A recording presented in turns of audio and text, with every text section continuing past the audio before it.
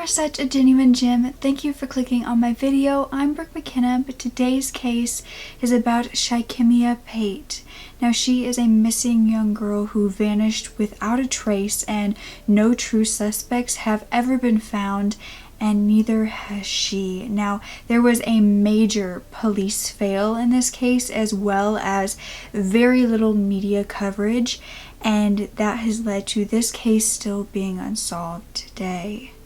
By the way, this is a collab with the wonderful Dark Curiosities here on YouTube. Now, they produce such high quality content. You are really submerged right into the case as soon as you start the video. Something about how they do the voiceover, it's just a brilliant way to spread awareness about these cases, and the voice is so soothing and brilliant as well. So I will leave the channel link down below. We did a collab on their channel as well, and so make sure to go and check that out. And if you're new over here, I would love if you would subscribe. I truly have a passion for telling these cases, and it would mean the world if you would support me. Now let's get back to the story. So it was 1998 in Georgia, and the Pate family lived in a place called Unadilla. Now, this was a small, quiet community where nobody really feared the worst. The kids would be able to play outside, the doors were kept unlocked, and it was really a wonderful place to live when you had a family. Now, Makenna Pate was an adorable little 8-year-old at the time, and her full name was Makenna Shirez Pate. Her mother originally got the Kimia part of Makenna from a coin donation box that she saw at the store when she was pregnant. It was for leukemia, and she thought that the Kimia was a very pretty name, and so that is how Makenna got that second part of her name. A smiley little girl who was outgoing and loved to skate and get new clothes, Makenna loved to be independent and go to the local church as well, and sang in the choir. She was also very playful and loved to ride her bike around town. Attending Unadilla Elementary in Mrs. Watkins' class, she was very smart and always got good grades. This wasn't easy for her though, as she was always tired from her medical conditions. She had a kidney that was underdeveloped from birth, and she also had a weak bladder. Makenna had to wear pull-ups to keep herself from having to go to the bathroom every 10 minutes. Makenna also had severe asthma, for which she needed breathing treatments several times throughout the day, but she also had to wear a leg brace for her displaced kneecap. Now, that didn't stop her from succeeding academically, and she never ceased to have a beautiful, warm smile on her face, and her family even nicknamed her Shy. Now, Shy was almost 9 at this time. Her birthday was October 29th. She was born in 1989, and she was at the moment just an 8-year-old girl at 4'4", weighing 59 pounds. Now, she's an African American with black hair and brown eyes, with dimples and a scar on her waistline from her kidney surgery. Now, Shy wore her hair in braided extension, with the hair kind of twirled in the front with little gold beads in some of the sections. Now, her ears were also pierced as well. You see, September 4th, 1998, everything would change for the Pate family. Makenna had went to school that day like normal, and she got her daily breathing treatment for her mother at noon. Her mom would come into the school and give it to her because she needed it quite often. And then at around 3:30, she would head home. She walked home because her house and the school were just kind of back to back to each other. It was a very short walk, and so she would walk home, and it would take her a little while with all of her medical issues, but she did do this, and she liked to do this, and if she couldn't, she knew she could always call her mother. But she got home around the same time as her older siblings did, and then she got dressed into an outfit that she would wear to the football game later that night. The high school football games were basically like the event in the community. Everybody went. It was just something that everybody really loved to get involved with. And so Makenna knew that her family was going to go. Her sister was even going to be a part of the color guard, and so she got dressed into a neon green button-down Atlanta Braves jersey that was outlined with red lettering, and paired it with Levi jeans and white K-Swiss sneakers. And of course, over that, she also put on her leg brace as well that she needed at all times. She headed outside her home on Crumpler Avenue to play outside as she always did, except for then her older sister LaSwanda was planning to take her to the football game because of course LaSwanda was the one who had to go and perform, and so she was going to take her little sister with her in her car. Except for she went inside the house and she couldn't find Shy Shy anywhere, and then she went outside to look and she couldn't find her in the immediate proximity of their house. So she got in the car, she decided she was going to go get some gas and then she'd come back for her because otherwise she was going to be late. As she was driving down the road, she saw Shy Shy on the corner and they kind of waved at each other, and LaSwanda decided to go get gas and then come back for her and let her play for a little bit longer. However, when LaSwanda got back, Shy Shy was nowhere to be found, and LaSwanda was looking everywhere. Shy Shy knew what they were going to do that evening, and it was so strange that she wouldn't be waiting for her sister to pick her up and take her because she was excited to. She'd already even changed, and by that point it was already 7 p.m. Shaikimia wasn't there, and LaSwanda was in the colour guard and had to be there by the time the game started. So LaSwanda called their mother, Veronica, who was at a local beauty shop. LaSwanda said that she couldn't find Shy Shy to pick her up and that she needed to go. Veronica then called a friend and neighbour who lived down the street to look out for Shy Shy. Her aunt, who lived nearby, saw her that evening, and Shaikimia was talking about waiting for LaSwanda and wouldn't come inside the house because she didn't want to miss her. One neighbour said that they saw her walking with girls, others said she was alone. There was a nearby club called the Roxy that a family said they saw her near that evening. However, of all of these witness statements, none can be confirmed. As it began to get darker, Shaikimia never returned, and then when her LaSwanda showed up at home at midnight after the game was over, she still didn't have Shy Shy with her, and at that point the police were called. And unfortunately, the police told the Pate family, oh, well, we actually have to wait 24 hours before an investigation can be started on a missing person, so basically there's nothing we can do for you. And no missing persons report was even typed up at this point for them. They were just hung up on and told to call back later, basically. Now, the Pate family didn't just stop at that point. They went outside and got some neighbors and began to search the area themselves. However, it was already dark out. Once time had passed and it was obvious that Shaikimia was not coming home and that she was missing, this was 14 hours later by now, the police finally decided they were going to help.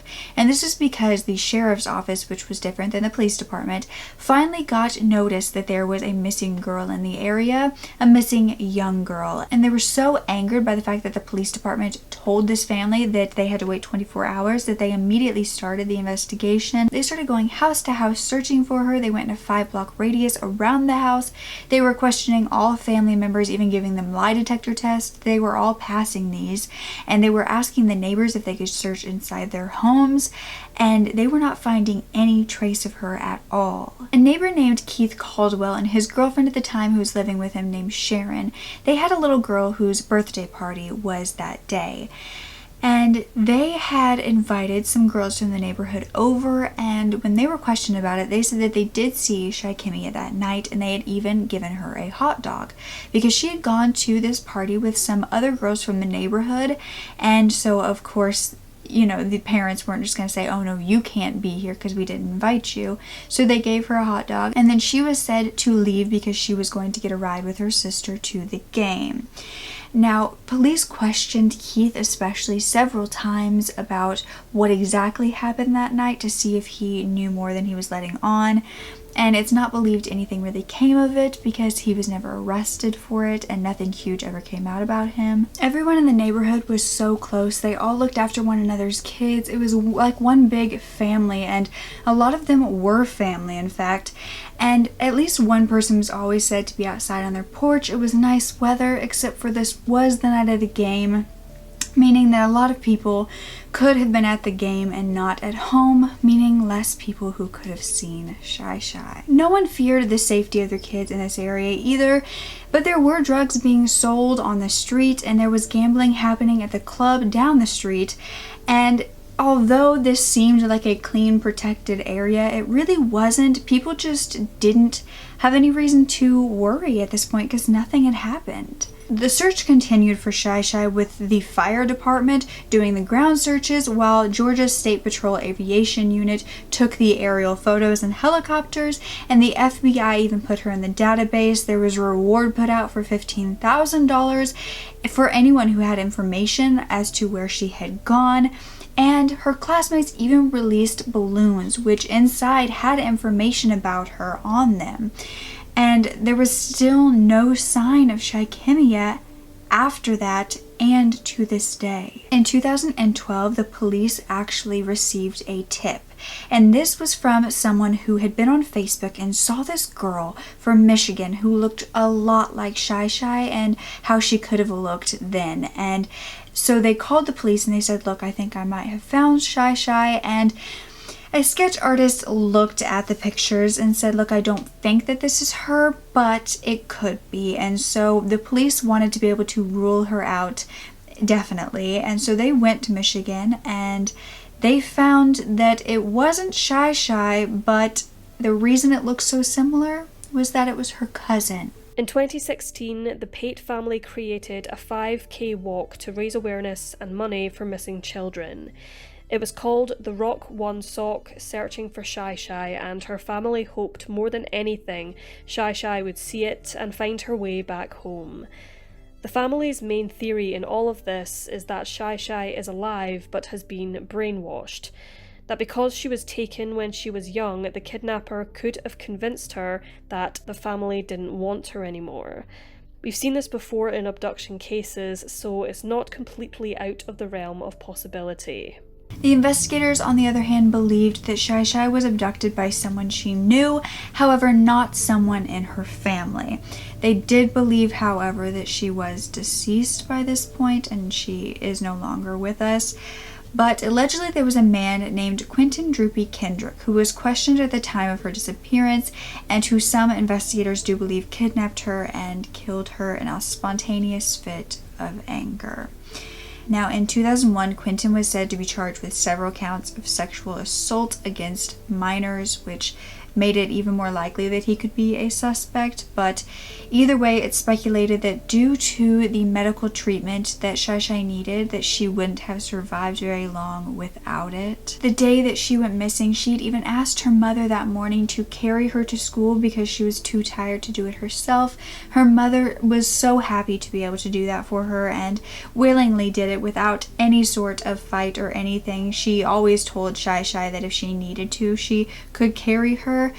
But her family refuses to this day to believe that Shy Shy has passed until her body has been found. Every family of a missing person, I'm sure it's extremely hard to deal with, and it's been that way for the Pates as well. I mean, they have taken it so well, and they are doing their best to find her.